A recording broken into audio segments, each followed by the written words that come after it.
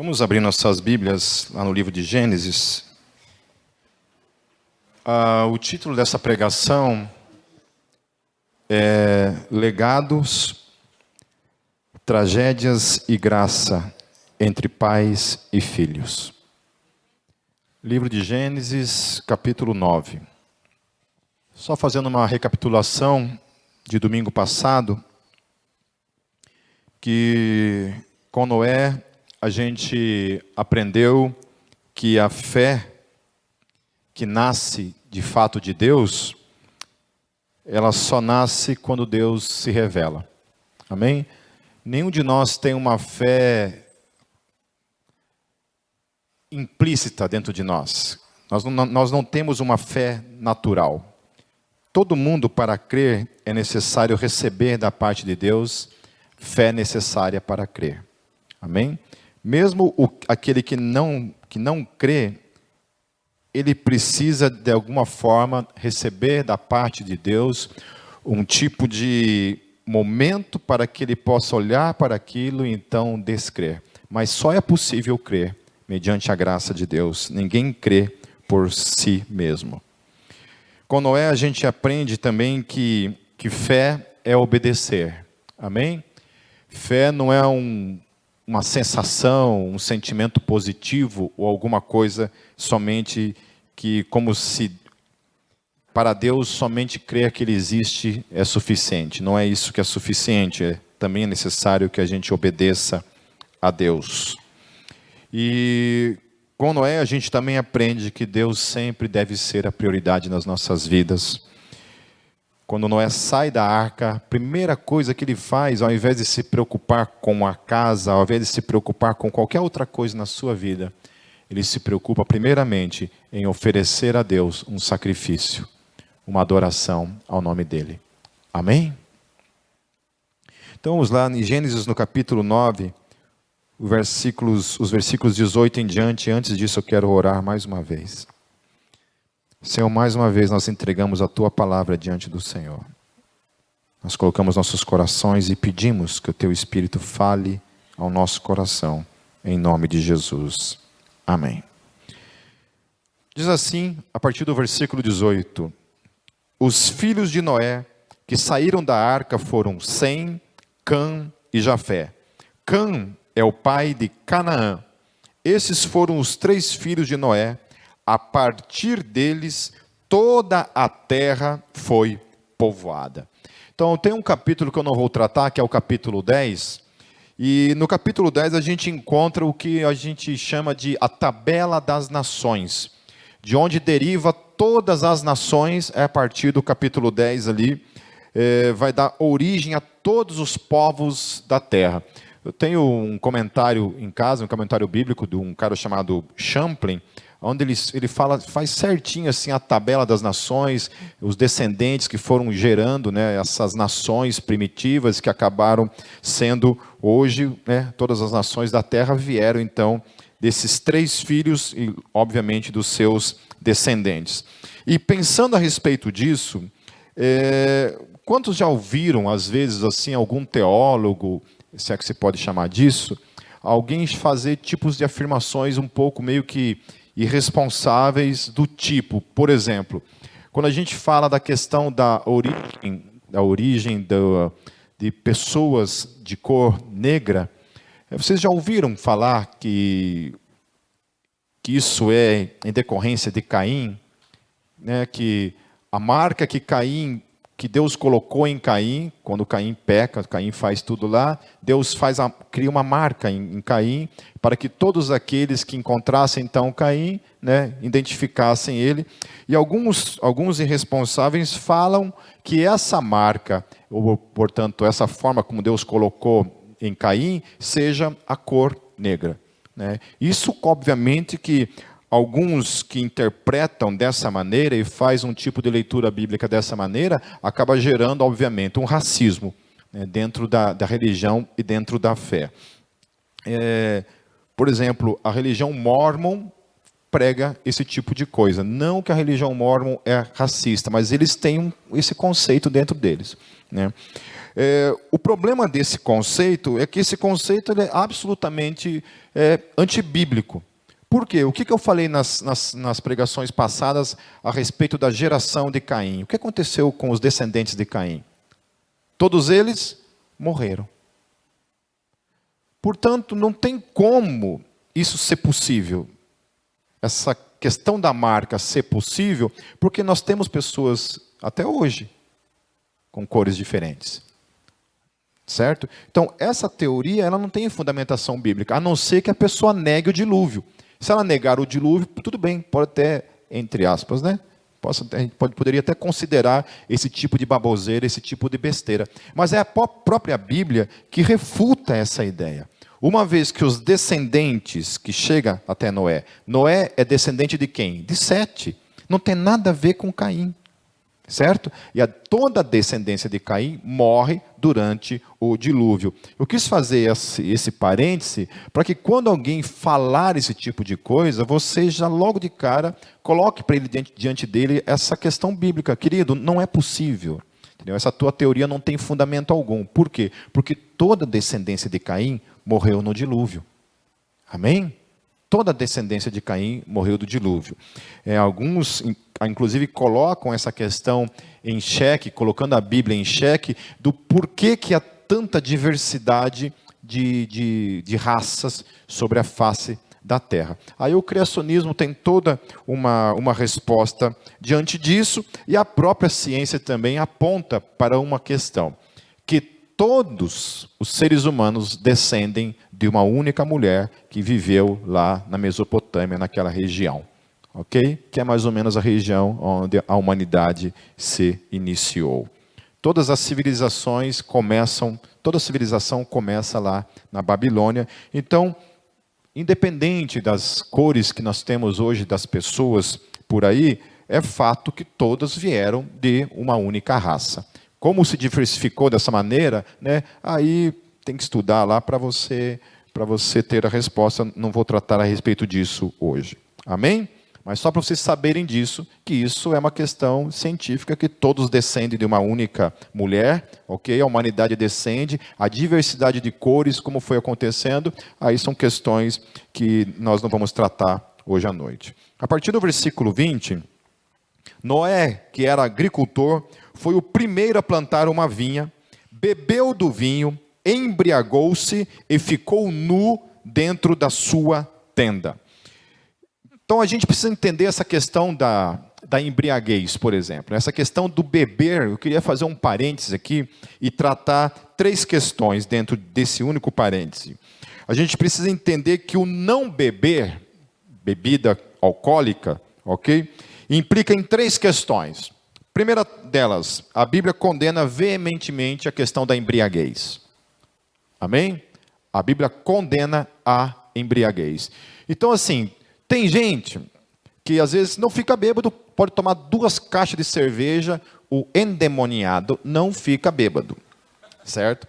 Tem pessoas como eu, que se tomar uma colher de cerveja, fica de 4 já se arrastando no chão e lambendo o chão. Certo? Ou então fica super alegre, pulando igual sei lá o quê, para não falar outras coisas, né? Igual o Satanás. Mas assim, às vezes a gente chega para algumas pessoas e fala assim, querido, olha, se você for beber, beba com moderação, certo?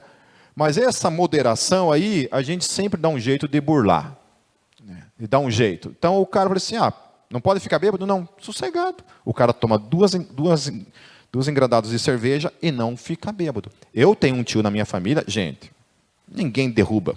Olha, pode colocar 3 barril, estacionar um caminhão, assim, ó. Ao invés de gasolina, enche de chope aquele tanque de gasolina ali, ó. Bebe tudo na boa, mas faz 4, assim, ó. Dança até balé, de boa. Certo? Então, assim, eu queria dizer que vocês têm que tomar cuidado disso. E observe isso, sabe? Observe isso. Todo dia precisa tomar uma cerveja. Todo dia precisa tomar uma pinga. Todo dia precisa dar uma firmada no pulso. Né? Oferecer um pouquinho para o santo e o resto tomar. Todo dia precisa. Todo dia precisa.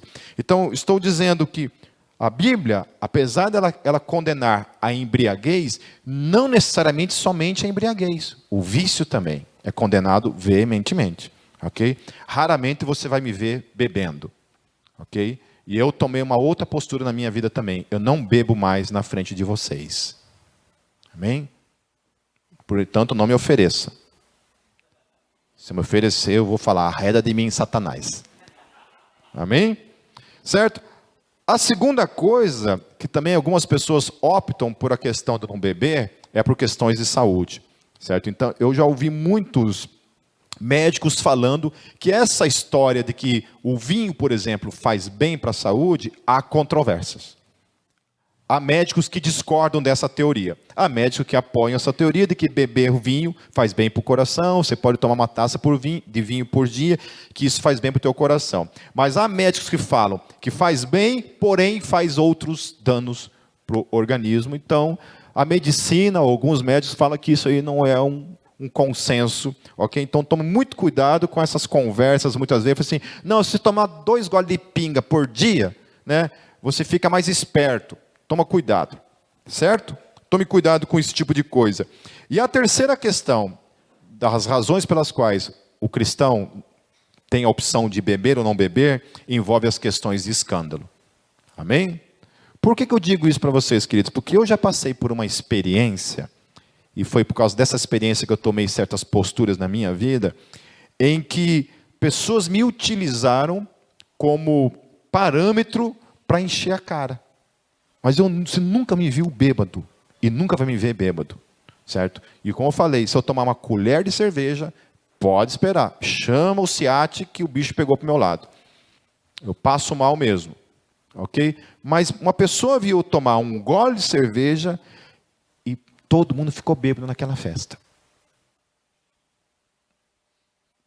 Assim, vamos abrindo o jogo, que aqui não tem hipocrisia, né? Amém? Certo? Aqui não tem hipocrisia. Eu estava num casamento, eu e minha esposa, os caras passaram oferecendo cerveja na primeira mesa, ninguém aceitou. Segunda mesa, ninguém aceitou. Chegou na mesa do pastor, o pastor sabe que não é pecado, falou, desce uma. Amém? Né? Desceu uma.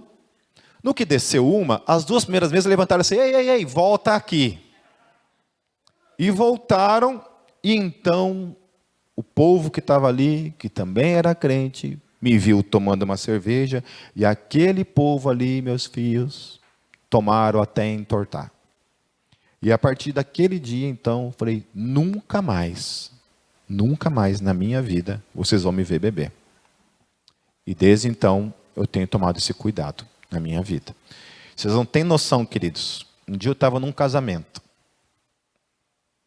daqui da igreja, 2 fios de Deus, colocaram um barrilzão de chope, com aquela, como é que é o nome da serpentina, trincando de gelo assim, e eu, um calor do cão, e eu olhando para aquela cerveja, todo mundo bebendo, eu lá só lambendo os beiços, não tomei um gole na minha vida. Não tomei um gole, porque nunca mais eu quero que alguém me use como exemplo para fazer caca. Em nome de Jesus. Então, o escândalo, simplesmente não é você escandalizar os outros, mas o escândalo é você servir de tropeço para que o outro também peque. Porque a gente sempre, quando pensa em escândalo, a gente sempre pensa assim, né? Se eu beber, o irmão vai se escandalizar. Entendeu? E a gente nunca pensa na questão de que se eu beber, não é uma questão do outro escandalizar, é uma questão do outro me olhar, ver em mim então uma oportunidade para dar vazão para o seu pecado e ter a mim como exemplo. Então o escândalo envolve isso também. Cuidado. Entende? Eu não estou dizendo que beber é pecado. Eu estou dizendo que tome cuidado. Tome cuidado. Embriaguez, sem sombra de dúvida, quem se embriaga está em pecado. Depois que fique sóbrio, por favor, vai para o Senhor e fala assim, Deus, me perdoe, porque eu sou um canabrava. E me liberta, Senhor, da cachaça, em nome de Jesus. Amém? Essa é uma questão. Por questões de saúde também, tome muito cuidado, que não é bem assim que a coisa funciona. Amém? Toda bebida alcoólica proporciona uma medida de mal para o teu organismo. Toda. Tem coisas que são boas, mas também tem coisas que são más. Então, cuidado. O melhor, meu querido, eu vi um documentário de pessoas que vivem 100, 110 anos, 105 anos. Unânime, todas elas.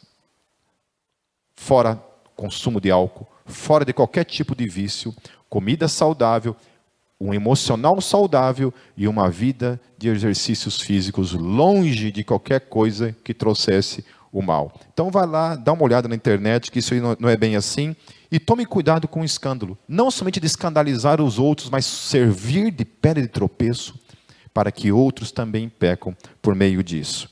Amém? Só fazendo esse parênteses em relação a essa questão das bebidas. Indo para o versículo 22... Cã, pai de Canaã, viu a nudez do pai e foi contar aos 2 irmãos que estavam no lado de fora. Então lá, Noé vai lá, né? Toma um vinhozinho.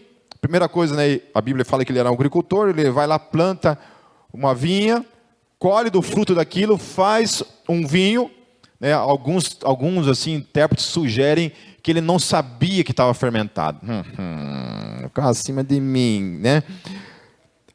Acham que ele não sabia que estava fermentado, vai lá e toma o vinho, e quando viu, estava bêbado, tirou a roupa e ficou pelado. Esses dias mandaram um vídeo de uns caras lá na Oktoberfest, literalmente os caras pelados na frente de todo mundo lá, né? Bêbado e pelado, né?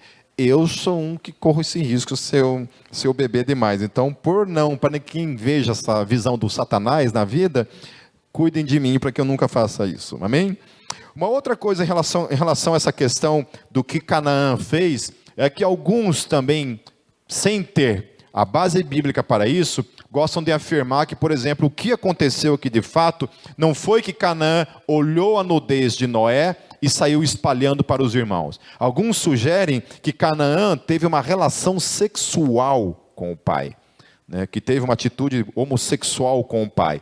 E queridos, isso não faz o menor sentido, não tem nada a ver com o texto. E eu já vi teólogos pregando sobre isso, então não tem nada a ver uma coisa com a outra. Mas Canaã, então, Cã comete esse erro de ver a nudez do pai, então sai contar para os irmãos. A partir do versículo 23, mas Sem e Jafé pegaram a capa e levantaram-no sobre os ombros, e andando de costas para não verem a nudez do pai, cobriram-no. Quando Noé acordou do efeito do vinho e descobriu o que seu filho caçula lhe havia feito, disse: maldito seja Canaã, escravo de escravos será para os seus irmãos. Disse ainda: bendito seja o Senhor, o Deus de Sem, seja Canaã seus escravos, amplie Deus o território de Jafé, habite ele nas tendas de Sem, e seja Canaã seu escravo. Amém? Continuando, meus queridos, então, é uma história um pouco louca, né? Porque o que você vê aqui? Quem foi o cara que viu Noé pelado, embriagado, nu, e vai e conta para os outros irmãos? Como é que é o nome do cara que o texto está falando? Cã. Amém? Cã. Cã fez a burrada de ver o pai nu e ir lá dizer para os outros irmãos o que tinha acontecido com o pai. Certo? Os irmãos vão lá, pegam uma capa de costas, vão e cobrem a nudez do pai. Quando o pai acorda da embriaguez, o que ele faz? Ele descobre aquilo, chama Cão e amaldiçoa Cão. Não, é Cão também, algumas traduções está como Cão. Cão ou Cã, tanto faz. Algumas pessoas... O cão se manifestou agora, que eu não estou lembrando o que eu estava falando. Noé, ao invés de amaldiçoar Cã, para ficar mais bonitinho, então, Cã, ele amaldiçoa quem? O filho de Cão, que é Canaã, o neto. O neto não tinha nada a ver com a história, nada a ver com a conversa. Acho que a criança estava meio passando ali de ladinho. Vem cá, amaldiçoado. Amaldiçoa o cara que não tinha nada a ver com a história. Então é sobre essas coisas que eu quero tratar com vocês nessa noite.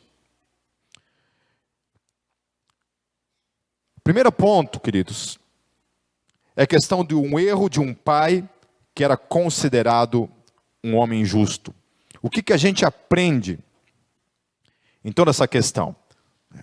Ele vai lá, era um homem considerado justo, é um homem que se embriaga, um homem que fica nu, e isso, meus queridos, não é diferente de hoje, que você liga a televisão, tem gente pelada para tudo que é lado, que você vai na internet, tem gente pelado, você vai na rua, tem gente pelado. Naqueles tempos ali era diferente. Nudez não era uma coisa assim, os pais não ficavam nus na frente dos filhos, ok? O contexto ali, isso tinha um outro peso e tinha uma outra forma de se enxergar essas questões. Então a primeira questão é o erro de um filho, de um pai que era considerado um homem justo. Cão olha a estupidez do pai, que foi uma coisa estúpida. Todo mundo olha somente para o pecado de Cão, mas não olha para o pecado de Noé. Então Cão, ele olha a estupidez do pai, e ao invés de proteger o pai da exposição que somente ele presenciou, porque ninguém mais tinha visto, ele vai e conta aos demais irmãos. Nós não sabemos a razão que levou o Cão a fazer isso. Talvez Cão tenha se cansado de um ambiente onde um pai perfeito, justo, não propicia a liberdade para o erro, e vocês vão ver por que eu estou falando isso.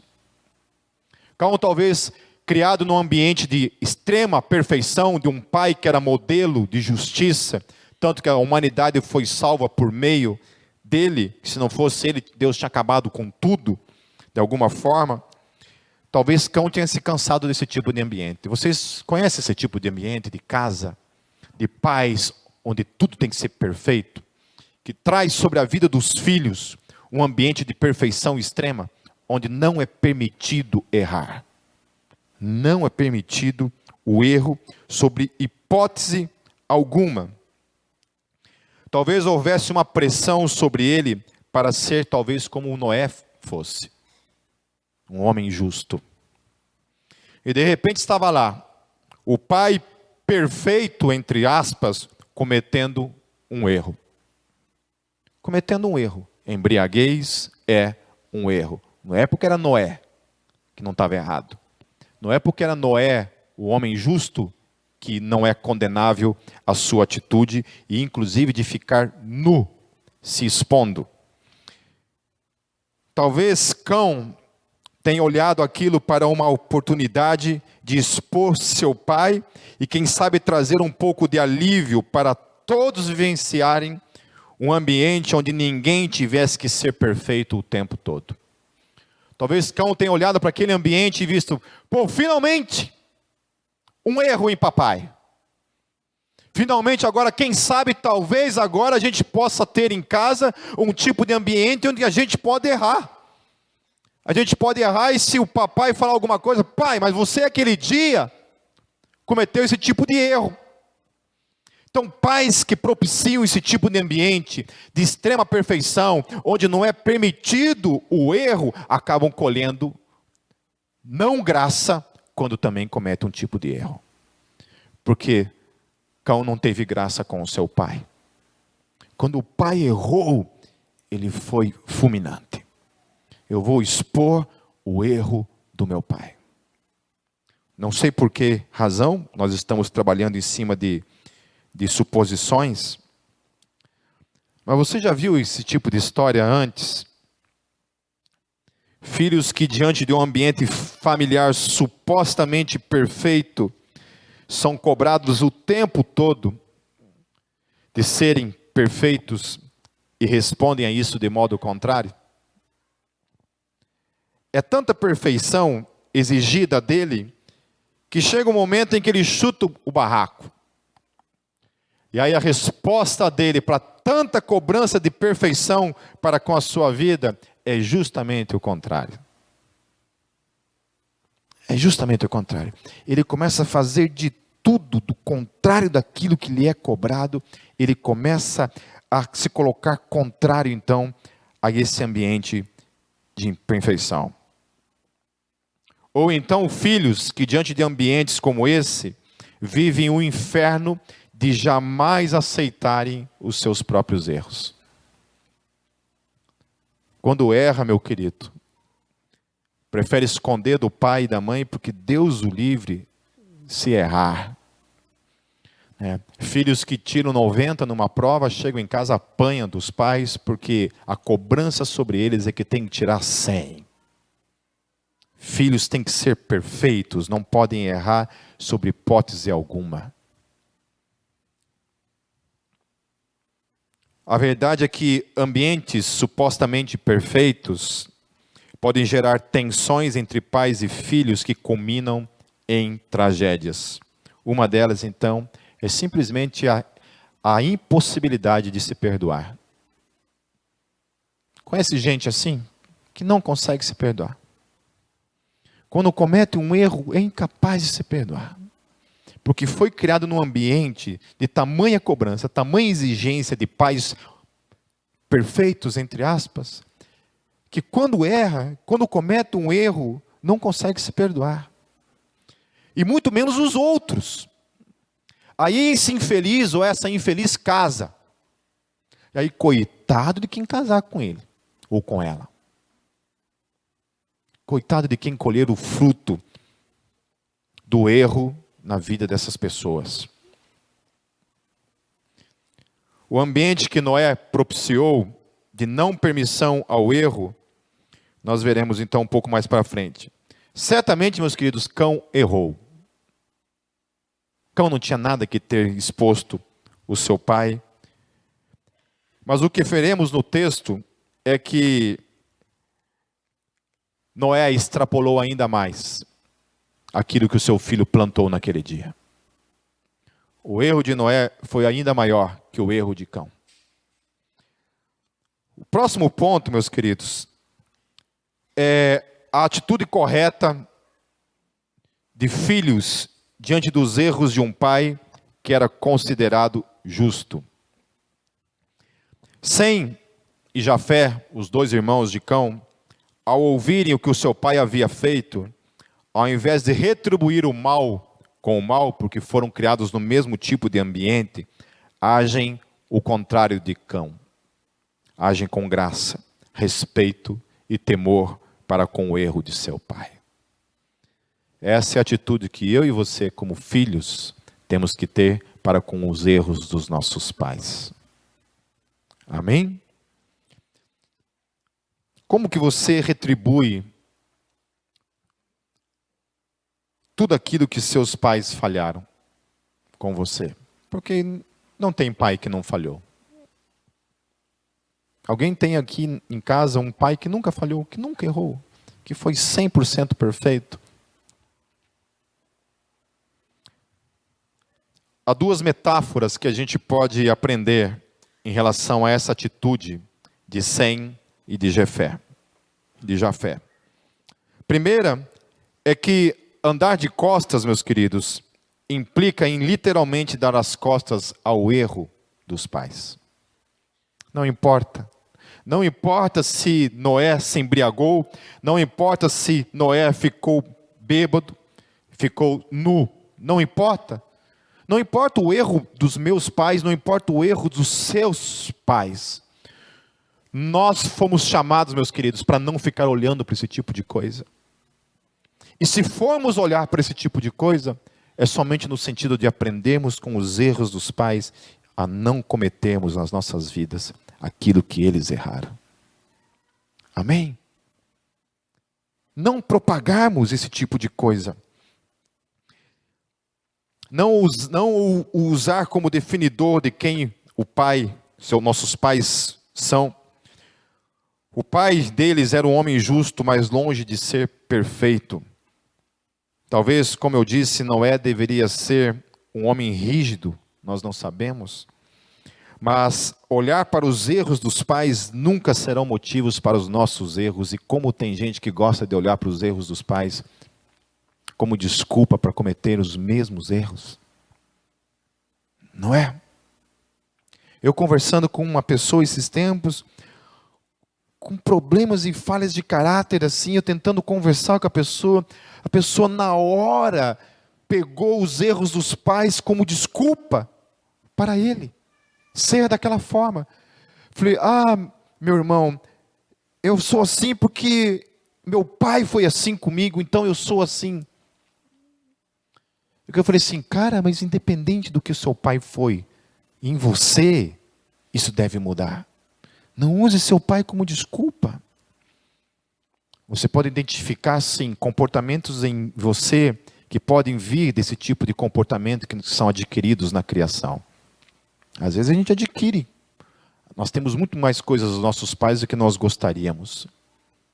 Mas a gente, às vezes, adquire esse tipo de coisa. Isso nós devemos identificar esse tipo de coisa e tomar, então, um outro tipo de postura diante disso. Ao andar de costas e optar por não olhar o erro do pai, eles estavam dizendo, não importa o erro dele, ele é o nosso pai e deve ser honrado até o fim. Amém? Não existe na Bíblia uma única vírgula, uma única sílaba, que Deus fale para mim e para você, que nós não devemos honrar nossos pais, apesar dos erros deles. Do contrário, seja quem for, seja o erro que for, nós temos que honrá-los em nome de Jesus. Queridos, eu conheço uma pessoa assim muito perto de mim, muito próxima de mim. E é um dos seres humanos mais incríveis que eu conheci na minha vida. Uma pessoa que influenciou já milhares de pessoas por meio da sua vida. Uma pessoa que, quando criança, o pai colocava os filhos assim, todos diante dele, e ele ficava endemoniado porque ele lidava com o espiritismo, e ele ficava literalmente endemoniado, ele pegava uma arma e ficava assim, endemoniado, apontando para os filhos e dizendo, eu vou matar você. Não. Eu vou matar você. Não. Eu vou matar você. E quando você vê essa pessoa falando do pai dela, do pai dele, em momento algum ele desonra o pai. Em momento algum isso é falado com ódio, com raiva, com mágoa. Ele fala com tamanho amor do pai dele, apesar de todos esses erros que o pai cometeu como família e como pai. Nós somos indesculpáveis, meus queridos, de não honrar pai e mãe. Às vezes, antigamente, quando a Gólgota começou, a questão de tatuagem ainda era uma questão muito forte, né? E um tabu muito forte. Então, não era uma coisa como hoje, né? Hoje você anda na rua, até cachorro é tatuado, pelo amor de Deus, né? Todo mundo tem tatuagem, com exceção de Moá. A minha pelezinha aqui vai estar valendo ouro daqui a uns dias, né? Vou virar modelo. O único ser humano da face da terra que não tem tatuagem vai ser eu. Então, assim, às vezes chegavam para mim e falavam assim, Pipe, eu quero fazer uma tatuagem, né? Eu falava assim, tá, e geralmente solteiros, né? Perguntava, eu quero fazer uma tatuagem, o que você acha? Eu falei assim, você mora com quem? Eu falei, eu moro com meus pais. O que eles acham disso? Eles não querem. Eu falei, então não. Pô, pastor. Pô, você é tão liberal assim, eu achava que você ia, né, falar assim, que se lasque os pais, vai lá e cubra o corpo com uma tatuagem e ponto final. Eu falava sempre, não. Primeira coisa, que você precisa honrar pai e mãe. Se teu pai e tua mãe não querem, descarte isso de mente em nome de Jesus. O dia que você casar, sair de casa, ter a tua família, ser dono do teu nariz, pagar as tuas contas, aí é uma outra conversa. É uma outra conversa. Amém? Agora, também, se isso for para servir de desgosto para o pai e a mamãe, sabe, querido, segure a onda, em nome de Jesus. Se você tem o privilégio de ter um pai e uma mãe um pouco mais descolado, amém. Agora, se não, querido, honre pai e mãe em nome de Jesus. Amém?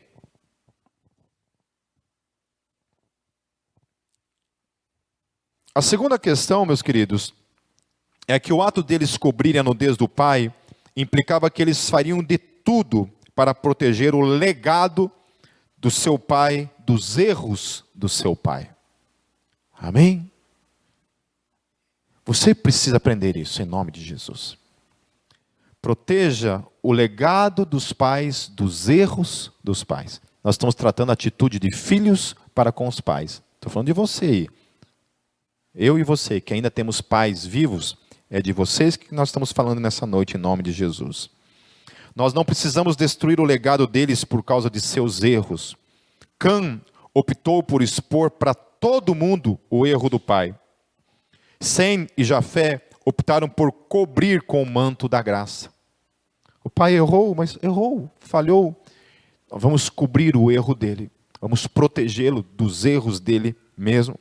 Afinal, o pai deles era somente um homem, como todo mundo, imperfeito.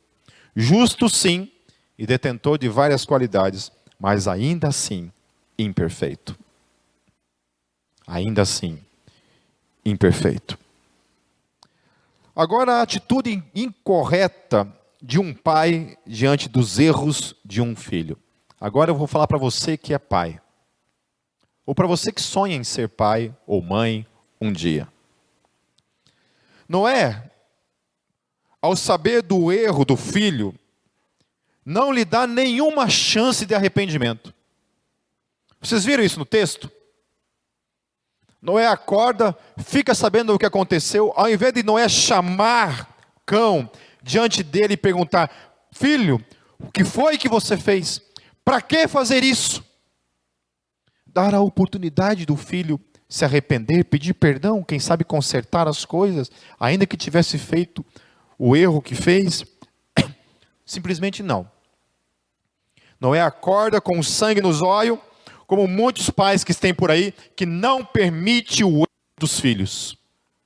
Filhos não podem errar, filhos têm que ser perfeitos. Isso é doentio, meu querido. Isso não vem de Deus, isso vem de qualquer lugar, menos de Deus.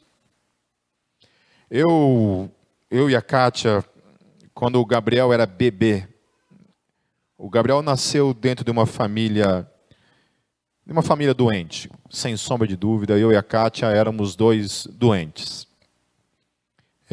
A gente fala isso sem vergonha alguma de assumir que nós éramos dois doentes. Um perfeccionista e outro perfeicionista. Dentro de um psicólogo chamado David Simmons, ele classifica o perfeicionismo como uma coisa acima do perfeccionismo. Porque o perfeccionista é aquele cara que procura fazer as coisas até se tornarem perfeitas, né? Essa é a Kátia. A Kátia, ela procura fazer algo até aquilo ali ficar perfeito, né? E às vezes se frustra, obviamente, porque trabalhar com pessoas, né, trabalhar com imperfeições, né? Agora, eu era uma coisa chamada perfeicionista, que era uma coisa pior que perfeccionista, que é uma pessoa que nunca consegue atingir o estado da perfeição e vive frustrado por causa disso.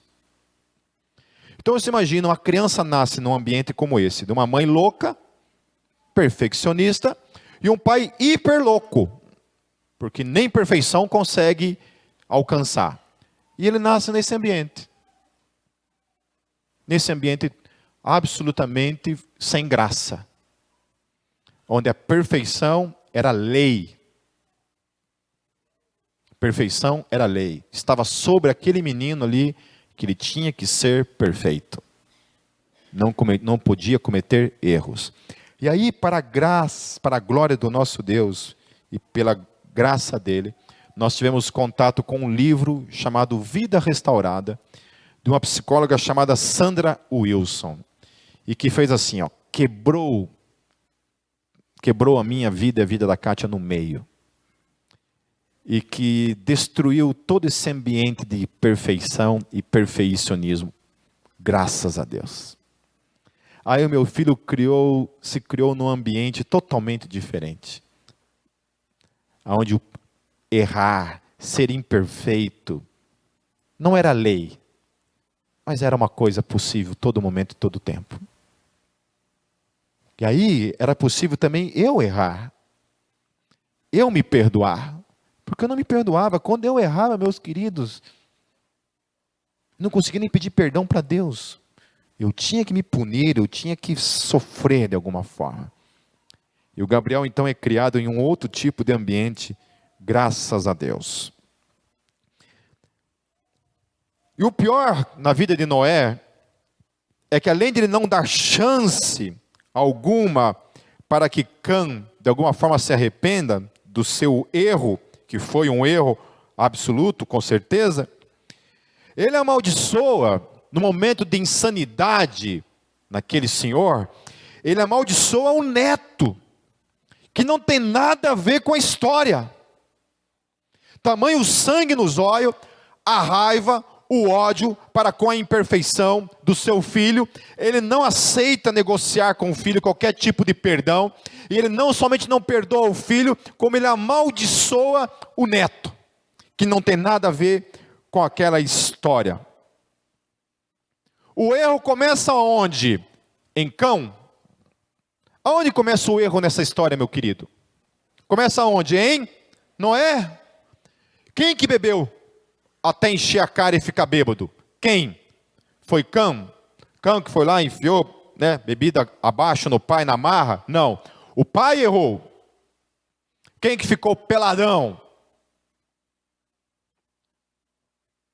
Quem? Noé? O pai havia errado. O pai não enxerga os seus erros. Noé não tem a capacidade de enxergar os seus próprios erros.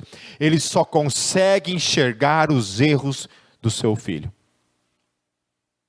Conhece pai assim, meu querido? Que é incapaz de pedir perdão. Nunca erra. Nunca o problema é dele. Nunca o erro é dele. Sempre é do outro. Sempre é o vizinho. Sempre é o outro. Sempre é os filhos. Sempre é a vida. Sempre é o sei lá mais quem, o diabo, até Deus é o culpado, mas não assume os seus erros. O erro começou nele ao ter se embriagado, ele não assume seus erros e busca de imediato cobrir o seu erro com o erro do filho, que certamente errou, mas ele havia errado primeiro. Se ele não tivesse se embriagado, nada daquilo teria acontecido, meus queridos. Se ele não tivesse embriagado, nada daquilo teria acontecido. Mas não, Noé não assume nada e prefere se focar no erro do filho e faz o seu erro se tomar uma dimensão ainda pior, quando amaldiçoa a pessoa que em nada tinha que ver com o erro do seu filho. Ele amaldiçoa o seu neto Canaã. O resultado dessa embriaguez não assumida e a falta de graça de Noé para com o erro alheio resultou que toda a descendência de Cã, os cananeus que descendem de Canaã, se tornaram inimigos de Israel. Por causa de uma simples estupidez. Se Noé acorda daquela embriaguez, simplesmente chama o filho, fala: filho, me perdoe porque eu errei. Eu não tinha nada que ter me embriagado. Eu não tinha nada que ter ficado nu. Eu não tinha nada que ter dado vazão para que você cometesse esse erro. Você errou, mas eu errei primeiro. Eu falhei primeiro. Para que houvesse uma reconciliação, uma oportunidade de perdão e de graça mútua entre eles, não. Noé não opta por isso. Noé se foca no erro de Cão e que se lasque o resto, e isso se estende para os netos e toda uma geração por causa de uma embriaguez, meu querido.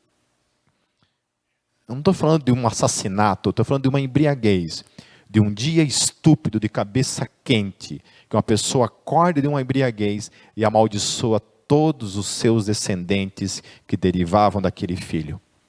Cão. Os seus descendentes passam a odiar os seus outros descendentes. Ele causa uma chaga, ele causa um câncer no coração da sua família, porque simplesmente não assume os seus erros. E a última parte, meus queridos, a atitude correta de pais e filhos imperfeitos. Pais devem assumir seus erros. Nenhum pai é perfeito. Eu estou cansado de pedir perdão para meu filho dos erros que eu cometo. Como eu falei, uma vez que a gente foi libertado dessa noção de uma família perfeita, de perfeicionistas, a gente é libertado disso, você cria todo um ambiente da graça, meu querido, em que você pode errar, porque você erra ou não erra. Você pode errar, teu filho pode errar, e se errar, você pode falar, errou, filho. Se arrependa, levante-se, continue em frente em nome de Jesus. Você propicia um ambiente onde você pode pedir perdão, ser perdoado e ou também estender graça para aqueles que estão à sua volta. Nenhum pai é perfeito. Olhe nos olhos dos seus filhos e peçam perdão onde erraram, em nome de Jesus. Se Noé primeiramente tivesse olhado nos olhos de Cão e pedido perdão pelo seu erro, tudo teria sido diferente. Eu fico imaginando a tragédia que deve ser quando um filho colhe o erro de um pai ou uma mãe. Você já pensou isso? Eu cometo um erro e quem colhe o fruto do meu erro, da minha burrada, não sou eu, é o Gabriel. Que tragédia, que estupidez. E há coisas que muitas vezes não tem volta mesmo. Absolutamente não tem volta. Eu tinha um amigo que o pai dele tinha arma em casa. E ele sabia onde ficava essa arma. Um belo dia eu estou na casa dele, esse estúpido pega a arma do pai dele e me mostra a arma e começa a apontar a arma para mim. Eu fiquei louco. Depois que ele guardou a arma, eu orei pela vida dele.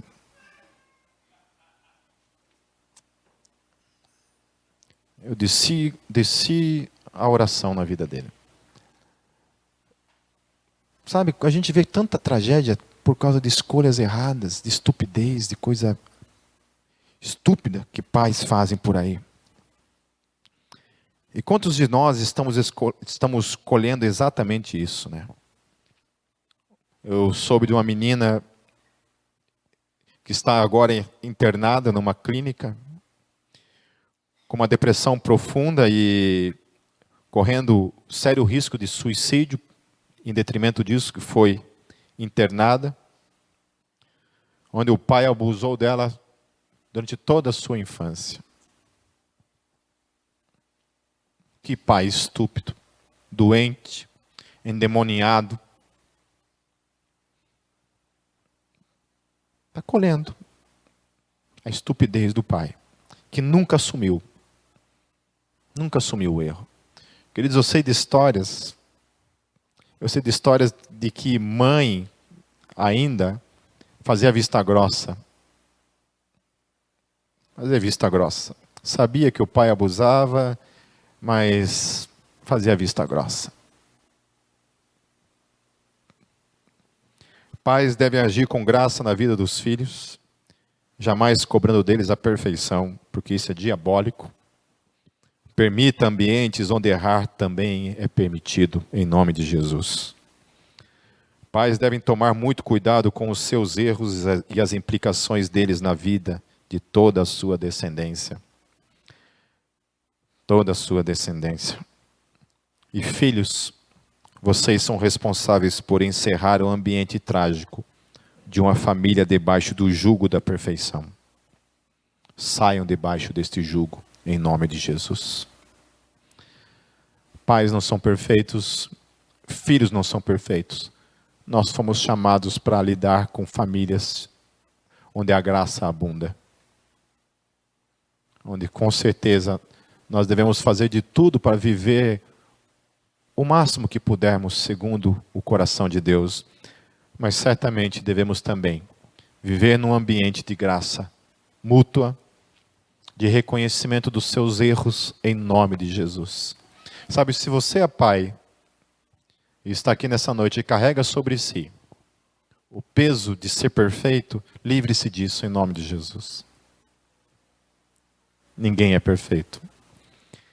Mas também isso não sirva de desculpa para que simplesmente não, o fato de ser pessoa que comete erro, se encoste nesse tipo de coisa para viver uma vida de erros. Mas sim viva uma vida de arrependimentos e tenha a dignidade de pedir perdão para os filhos quando erra, em nome de Jesus. E filhos, honrem seus pais, para que se prolongue os seus dias sobre a face da terra. Honrem. Vão de costas, meus queridos. Levem o manto da graça e cubram. Cubram. Ao invés de dar sequência a isso. Ao invés de expor isso, talvez não de maneira falada, mas de maneira vivida no dia a dia. Eu discipulei um menino em Renovo, para encerrar, que todas as vezes que eu sentei com ele para conversar, ele chorava compulsivamente. Eu falo menino, entre aspas, porque já era um homem, de 20 e poucos anos nas costas, mas que chorava compulsivamente, quando se tratava de falar a respeito da relação dele com o pai dele. E o mais triste nisso tudo é que isso já faz mais ou menos uns 15 anos e ele continua no mesmo lugar, estático, não resolvido essa questão com o pai. Todas as vezes que eu falava, eu falei assim, querido, você precisa perdoar seu pai, cobrir seu pai com o manto da graça e ir em frente. Ir em frente. Olhe para os erros dele e fale assim, eu não quero ser igual, eu quero fazer tudo diferente na minha vida. Mas honre a vida dos seus pais, em nome de Jesus. E a opção dele foi ficar estático, culpando o pai, tendo raiva, ódio do pai, até os dias de hoje. Até os dias de hoje. Paralisado por não conseguir cobrir o seu pai com o manto da graça. Obviamente, não tem graça para consigo mesmo. E obviamente, vai colher o fruto de uma tragédia, que é uma vida sem graça. Uma vida sem graça é uma vida trágica para qualquer família, meu querido. Que todos nós que estamos aqui nessa noite, e quem estiver ouvindo em casa, que a gente saia desse lugar em nome de Jesus, dispostos a cobrir nossas famílias com o manto da graça e a nós mesmos em nome de Jesus. Que a gente não somente cubra os outros, mas que a gente também se aconchegue embaixo do manto da graça, para termos famílias segundo o coração de Deus. Longe de ser perfeitas, famílias que tenham simplesmente encarnado a graça, em nome de Jesus.